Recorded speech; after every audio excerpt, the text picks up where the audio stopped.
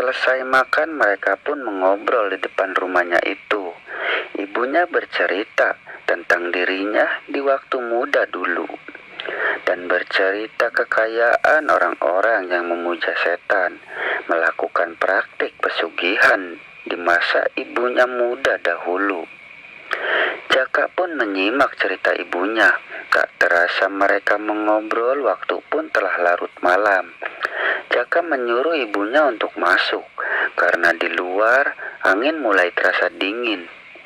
Lalu ibunya pun masuk ke dalam rumah untuk melanjutkan istirahat dan tidur. Jaka pun masuk untuk mengambil sarung dan membuat secangkir kopi, karena Jaka belum mengantuk, dan duduk kembali di depan rumah seperti biasa. Jaka duduk sendirian, karena di setiap malam Jaka selalu gundah hatinya, memikirkan nasib kehidupannya itu. Jaka termenung sendirian, dan terasa waktu pun tengah malam. Jaka merebahkan tubuhnya di atas balai bambu. Angin malam sangat terasa dingin. Jaka pun menyelimuti tubuhnya dengan sarungnya. Sambil berhayal, Jaka tak terasa Jaka pun tidur, karena tubuhnya mulai merasa lelah setelah seharian ia bekerja di sawah. Singkat cerita, waktu pun berganti.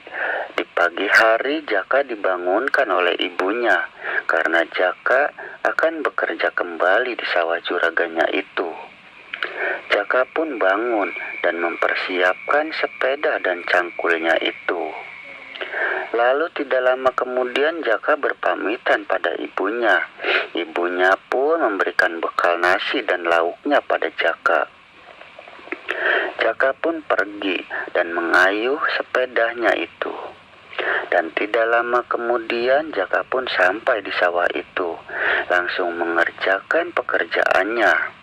Teman Jaka yang di sawah juragan lain pun demikian. Menjelang siang, mereka pun beristirahat dan makan bersama di bawah pohon itu. Setelah selesai makan, mereka pun melanjutkan istirahatnya. Mereka mengobrol. Jaka pun bertanya tentang cerita ibunya semalam pada temannya itu, tentang pesugihan. Lalu temannya pun menjawab pertanyaan Jaka dan menceritakan tentang pesugihan siluman gagak, di mana ritualnya adalah dengan cara berjualan sate daging burung gagak tersebut, yang dilakukan di tengah malam dan berjualan di tempat pemakaman ataupun di tempat yang sangatlah angker. Proses berjual beli dengan bangsa lembut dan para dedemit. Jaka pun bergeridik mendengar cerita temannya itu, karena seram dan mengerikan. Teman Jaka pun tidak terlalu banyak tahu tentang perjanjian tumbal dan proses ritual mendapatkan kekayaannya, karena teman Jaka pun mengetahui dari cerita-cerita orang lain. Lalu sambil bercanda, teman Jaka pun bertanya kepada Jaka, kenapa Jaka menanyakan demikian? Apakah Jaka mempunyai niat untuk melakukan praktik itu? Sambil tertawa, Jaka pun menjawab, cuma pingin tahu saja. Dan tidak lama kemudian mereka pun melanjutkan pekerjaannya masing-masing. Singkat cerita, waktu pun telah sore. Mereka pun pulang dan akan melanjutkan pekerjaannya besok nanti. Sambil mengayuh sepedanya kembali, Jaka pun melamun, memikirkan tentang nasib dan pesugihan yang temannya ceritakan. Jaka melewati tempat pemakaman umum itu yang jauh dari permukiman warga.